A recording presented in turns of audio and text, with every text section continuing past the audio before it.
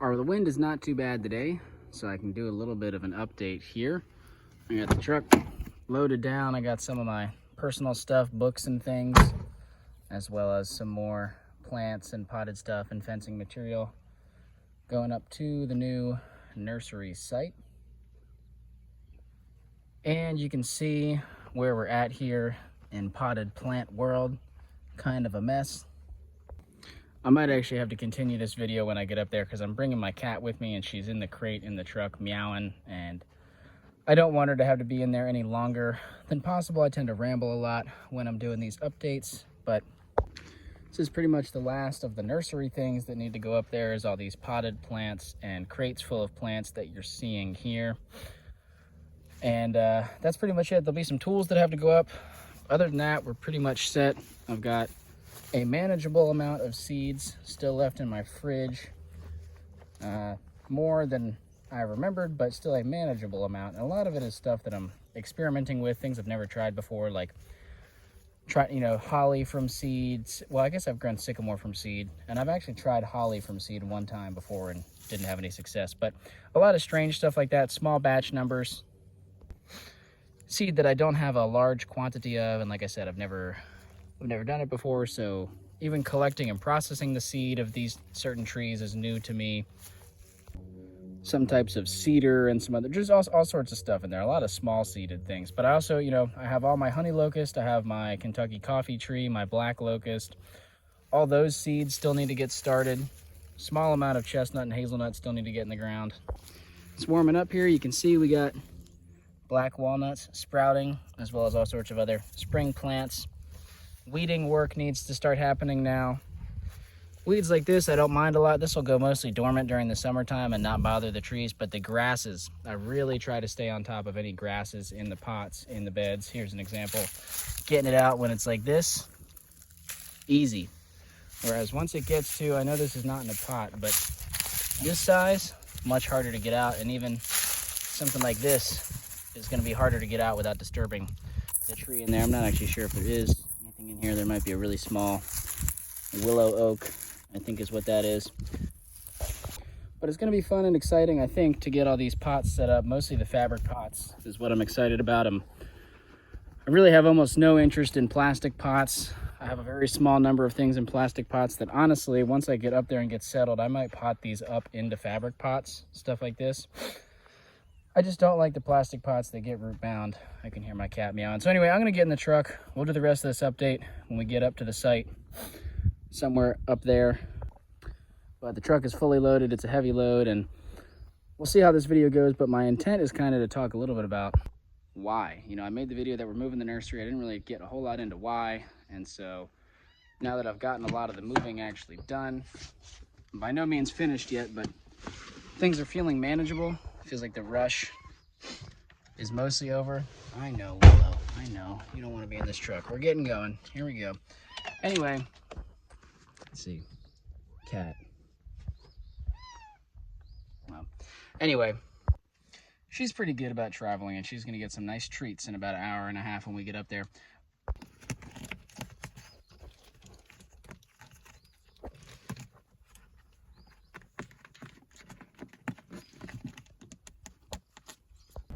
So I'm driving and I see this little thing right there sticking up. I'm like, man, what the heck is that? You know what it is, guys? It's a walnut tree that I forgot about on my hood for some reason.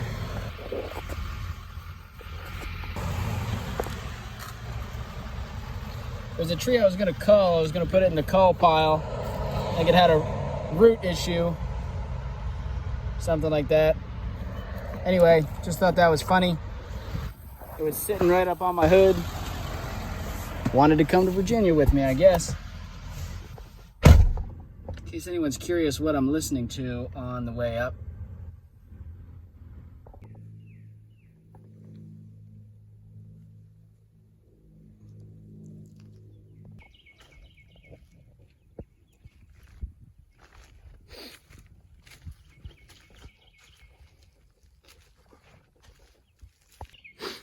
All right, so wasn't planning to stay here too long.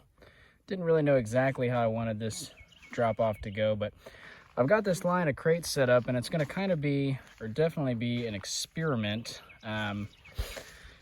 We are pretty close to woods here. I don't see a lot of squirrels, but I know there's some around. And a lot of these have nuts in them. There's some black walnuts here. Some of this has other things like persimmons and grapeseed that I think they're less interested in, but a lot of it, like I said, black walnuts, acorns. There's also deer around. I don't feel like putting a lot of time and effort into fencing all of these crates, you know. And so this is, I just threw some chicken wire up real quick. You can see it's not super tight. I'm just kind of holding it in place with these pots as weights. There's gaps underneath. Certainly something that wanted to get in here could, but it's a little bit of a deterrent to animals, right? And we're just gonna see. We're gonna see what happens. It feels better to me than nothing. It also didn't take me very much time at all. You know, if I was not in the middle of a move this year, I would definitely set up a more intentional fence. I think you could pretty easily, with a little bit more time and effort, use this chicken wire to make a more effective fence for this row. You know, maybe have a piece of wood or something going down the line, staple this to a piece of wood, some sort of situation like that to have it, A, be a little bit tighter to these crates, and B, maybe a little bit higher up, okay? Something like that. There's definitely a lot of ways you could go about it, and this is gonna be up. This worm has got left behind. Sorry, buddy, you're probably already screwed. You've been in the sun for a while.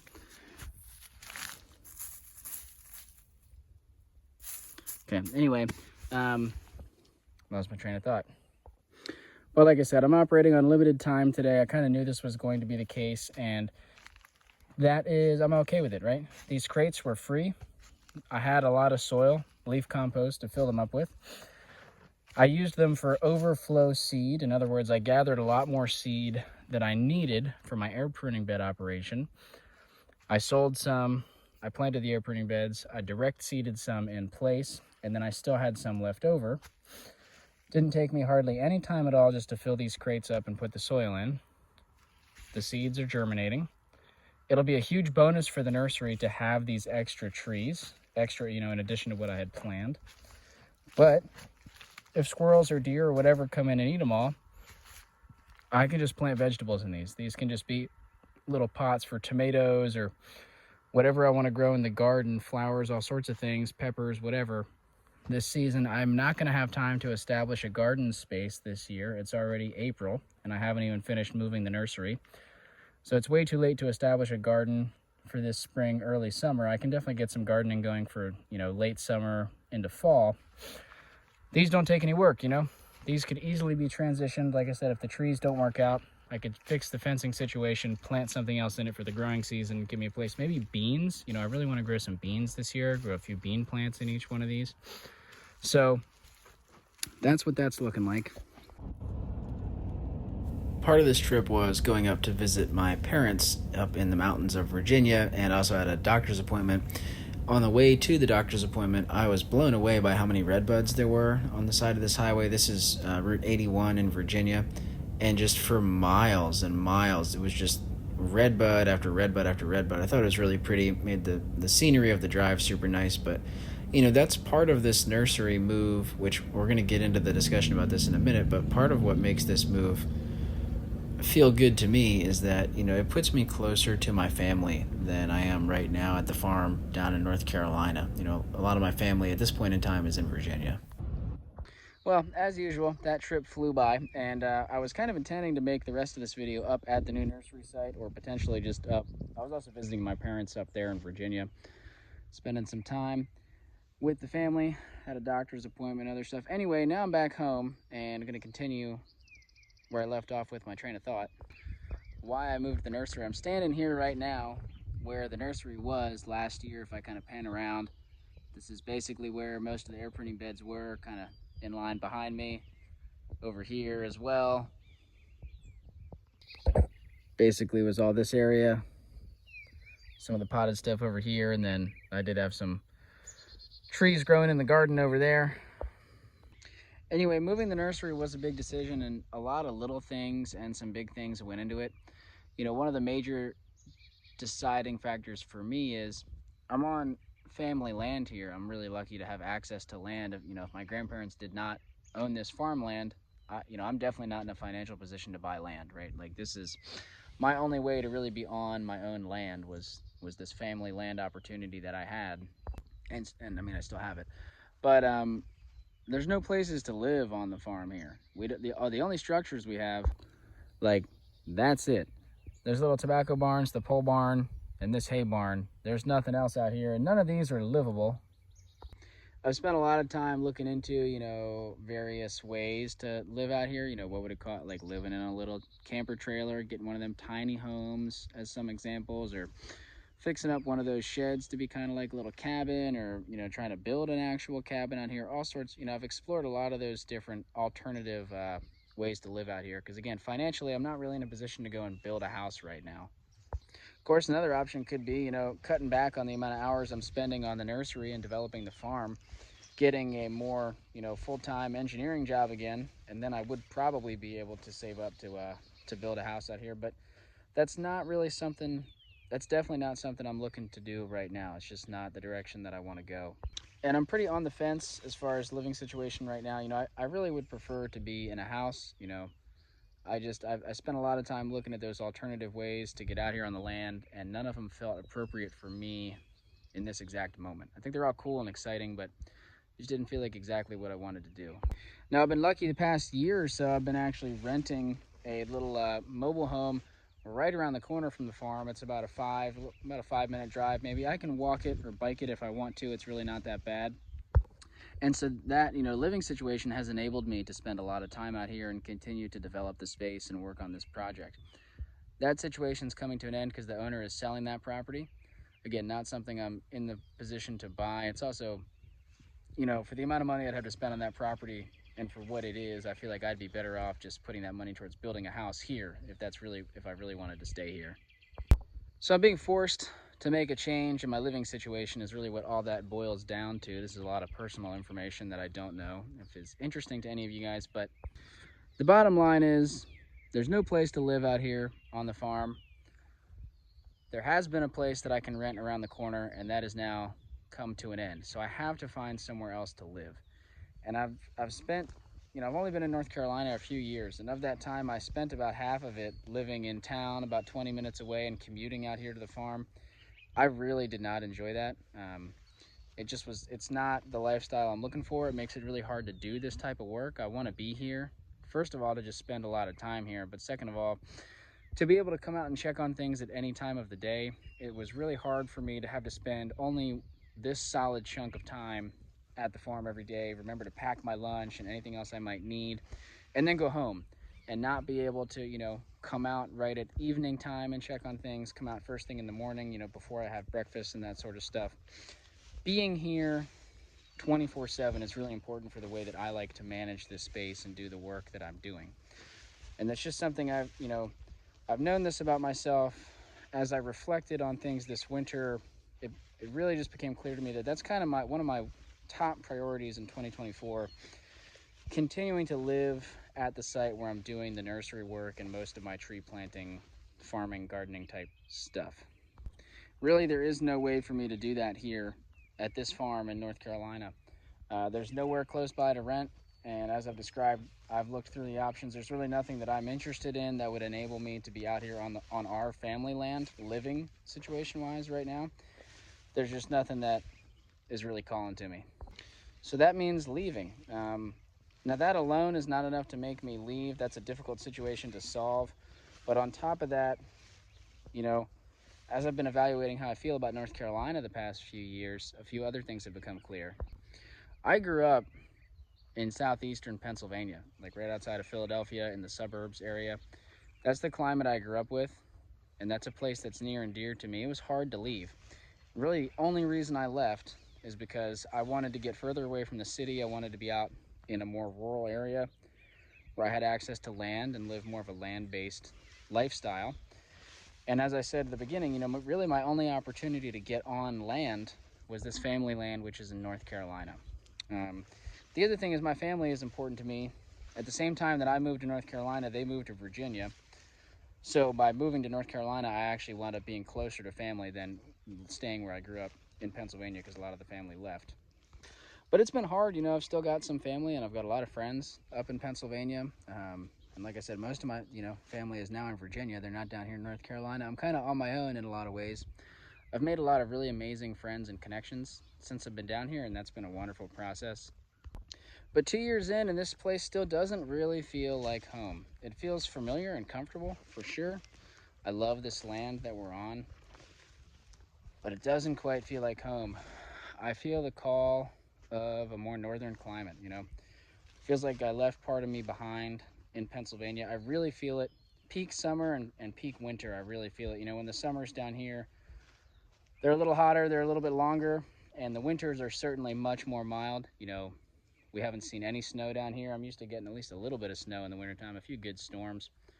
I know everywhere has been getting milder winters, but that trend is supposed to just continue. And so I'm at a point where I've just decided I miss the winters I grew up with. I miss the climate that I grew up with. And as things warm, this is only going to get more and more alien to me down here in North Carolina. And so a big part of me is just like long term, I want to be making moves towards the north. I would be fine to stay in North Carolina another year, a few years, if I had a living opportunity. I think I'd be totally fine with that. I do like what I'm doing down here. But since I don't, and since I'm feeling like the long-term plan for me is to start making moves north, that's what I started doing this winter. I started looking for what are the opportunities for me in that direction. And luckily, I've got some friends who I've met down here in North Carolina who actually co-own some land together up in Virginia, and they're interested in the nursery work and regenerative ag and all the things that I'm into. And there was an opportunity for me to get plugged into their land project just up in Virginia. The location is really sweet because it enables me to still be close enough that I can do some management at this site. I'm not abandoning my projects here. I'll still be maintaining my food forest area that I'm planting out. I'll still be maintaining some of the garden, the barn, cleaning stuff out. I'll also be closer to my family in Virginia, and I'll be able to explore what does it feel like to be back in a more northern climate. As much as I miss PA, it's been 2 years since I've been back there. Things are different down here, and there is a lot that I appreciate about North Carolina climate, right? As much as I miss the colder winters, there's also times in my past when winters have been really hard, So there's some benefits to this longer growing season. Also, just from a farming perspective, there's more stuff we can grow down here. And I'm not going as far north as I was in, outside of Philadelphia, obviously. I'm going to be in Virginia, the southern and western part of Virginia, not far outside of Martinsville. And so it's not quite as north. It is a higher elevation, though. I will be kind of right there at the start of the Appalachian Mountains. I do feel the mountains calling me also. My parents are living up in Appalachia now, and every time I go and visit, I just feel like, man, I want to be up in these mountains, So anyway, I'm trying it on. There's a lot of other things that went into it, but the two major things were just, I feel like the north is calling me long term to come back home. I had an opportunity to explore that longing in Virginia, through some friends. And I don't have a living situation down here to enable me to continue going the way that I have been down here in North Carolina. So a combination of those three things and lots of other little things. And that is looking like that's the move for me for 2024. I mean, it's definitely the move. I've already moved a lot of the nursery stuff. It's 100% happening. But it's a trial. We're going to try it on, see how I feel this winter, have the whole growing season, grow the trees up there, kind of reevaluate in the fall. Well, once I get through the busy season of the fall, distributing all the trees, get through that this winter, reevaluate, see how we're feeling, and go from there. Standing out here, in the food forest area, got some wild plums going in front of me here. Probably tough to see through the grass because they're all, the same color, but there's one there. Probably seen some of these trees in other videos. Anyway, yeah, that's going to be the move. That's a little bit of why the nursery is moving. The cool thing about this new site that I'm going to, first of all, there's going to be more than just me involved in the site. Out here, it's kind of just me, which is, I've made a lot of friends nearby, but I don't have a whole lot of other people that are really committed to this project with me of trying to improve this landscape, build this nursery. Up at this new site, there'll be some other folks involved, which is exciting for me to be not working alone. It's going to be interesting to see how the nursery grows. Just, you know, we're going into our third year or second year. I can't recall. I guess the second year of officially growing trees. I've been growing trees a lot longer than just the past 2 years, but my second year as an official nursery. It's going to be really cool to see how things grow and expand, but also on this new site, which again, we're on the old site right now. The new site with more people involved, and also with the fact that it used to be a nursery site. Here I have no nursery infrastructure. This is all just, you know, I'm working with pretty much semi-abandoned land. You know, I'm in the barnyard, right? There used to be a house here. It's the old yard, basically. Up at this new site, I'll be working with literally an abandoned nursery. So there's a lot of infrastructure that's kind of there. You know, some greenhouses that could easily be fixed up. There's pads that used to be nursery pads. And so it's going to be interesting. I think there's a lot of opportunity, probably also some challenges, as always. But it's going to be cool to see how the new site develops. And I guess this is kind of like part 2 of the nursery moving video. Maybe we'll do a part 3, which is kind of like exploring the new site once we get a little further into spring and all the potted plants are up there. Right now the air printing beds are up. Still got a lot of these potted plants to move. And a lot of these like crates, produce crates going. So